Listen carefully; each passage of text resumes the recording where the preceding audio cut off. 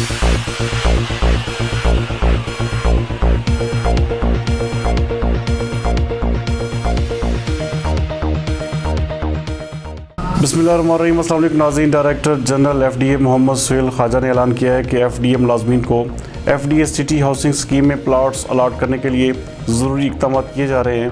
हमारे divisional bureau chief मियाँ एजाज असलम के मुताबिक मुलाजमीन की फलाह बहबूद और भलाई के दीगर अमूर का भी ख्याल रखा जाएगा ताकि वो आसूदगी व सुकून के साथ इदारा की कारकर्दगी में मज़ीद इजाफा कर सके। उन्होंने ये ऐलान FDA के मुलाजमीन के साथ मुलाकात के दौरान किया, जो FDA अलाउंस की मंजूरी पर शुक्रिया अदा करने के लिए इज्तिमाई तौर पर उनके दफ्तर आए थे।